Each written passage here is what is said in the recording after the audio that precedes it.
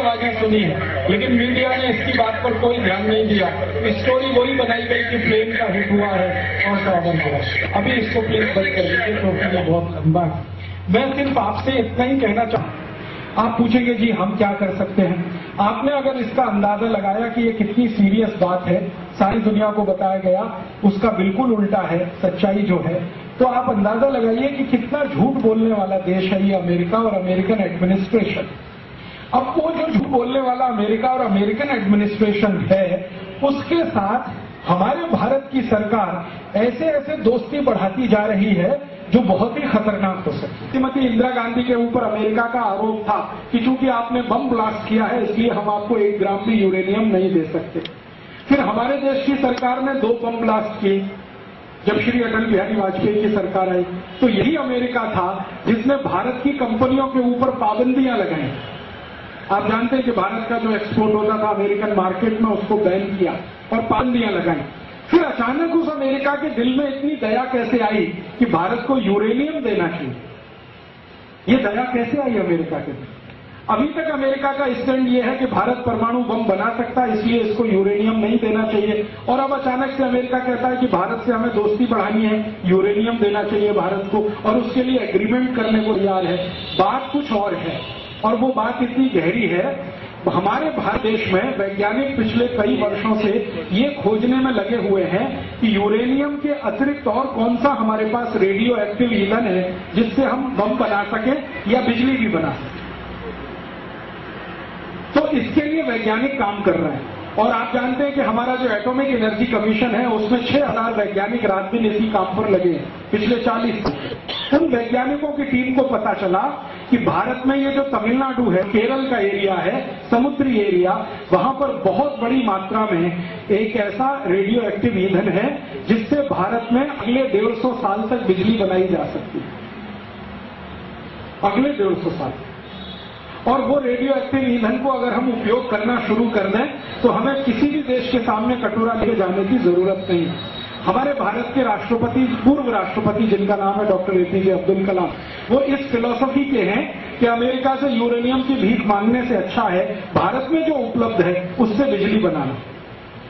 तो हमारे पास कुछ ऐसे रेडियो एक्टिव ईंधन है, कम से कम 5-6 ईंधनों का पता चल गया है। एक ईंधन तो इतना ज्यादा है कि डॉक्टर अब्दुल कलाम ने एक बार मुझे पर्सनली कहा था दिल्ली में जब मैं उनसे मिलने गया कि 150 साल तक 4 लाख मेगावाट बिजली हर घंटे हम बना सके, इतना हमारे पास रेडियो एक्टिव ईंधन है। तो मैंने कहा कि फिर आप इस बात को खुलकर कहते क्यों नहीं?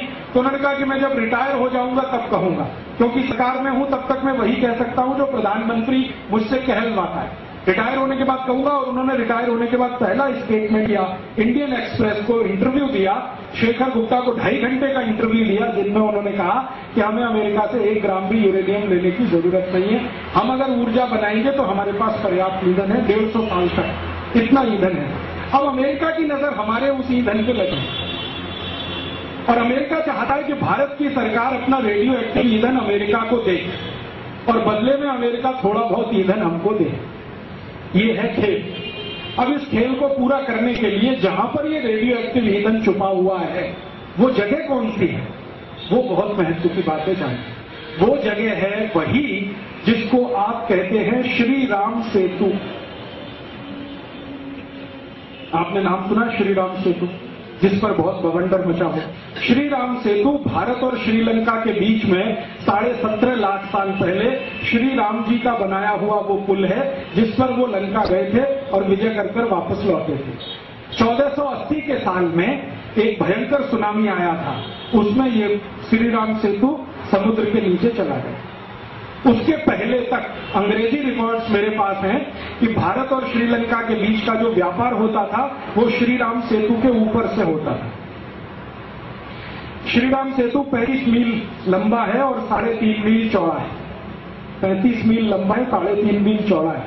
3.5 मील चौड़ा है, इसका माने 8-10 बैलगाड़ियां आराम से इधर से उधर जा सकती हैं।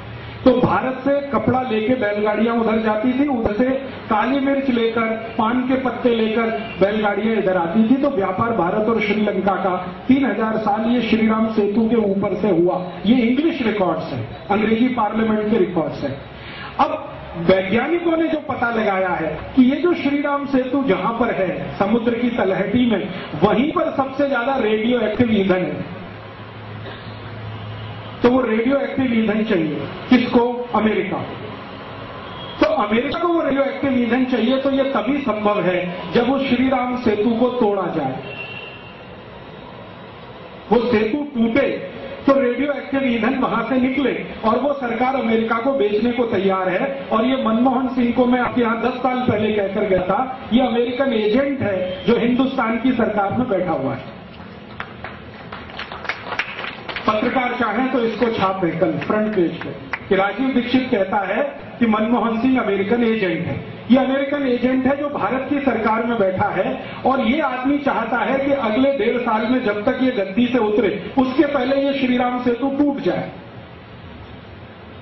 ये सेतु का एरिया अगर टूटे तो वहां से रेडियो एक्टिव मटीरियल निकलेगा, और वो रेडियो एक्टिव मटीरियल इसको अमेरिका भिजवाना है, और बदले में अमेरिका थोड़ा बहुत यूरेनियम देगा, ऐसा एग्रीमेंट है।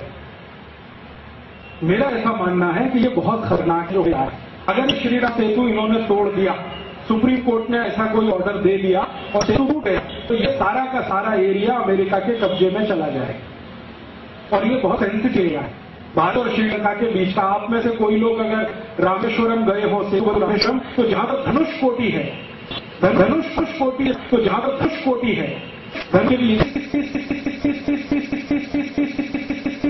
7 तरह के रेडियो एक्टिव मटीरियल है वहां पे, और वैज्ञानिकों का कहना है कि 150 साल तक हम इस खोद के निकालते रहे तो ये खत्म होने वाले नहीं।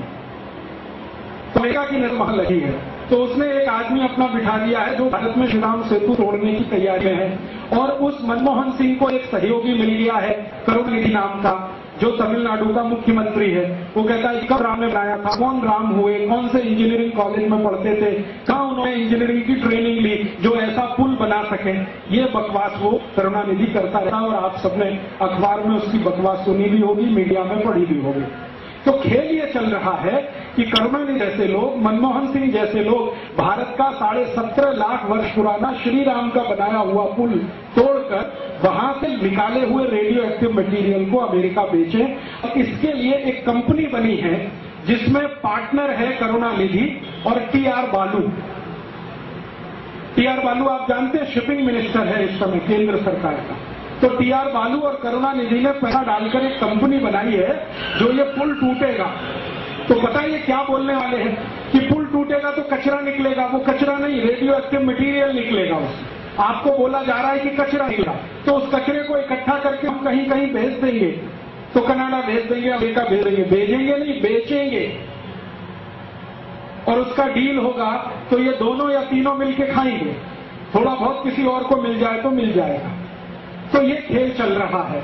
अब इस खेल को हम हिंदुस्तानी समझ पाए तो शायद श्री राम सेतु को बचा ले, नहीं समझ पाए तो ये टूट जाएगा अगले 6-8 महीने।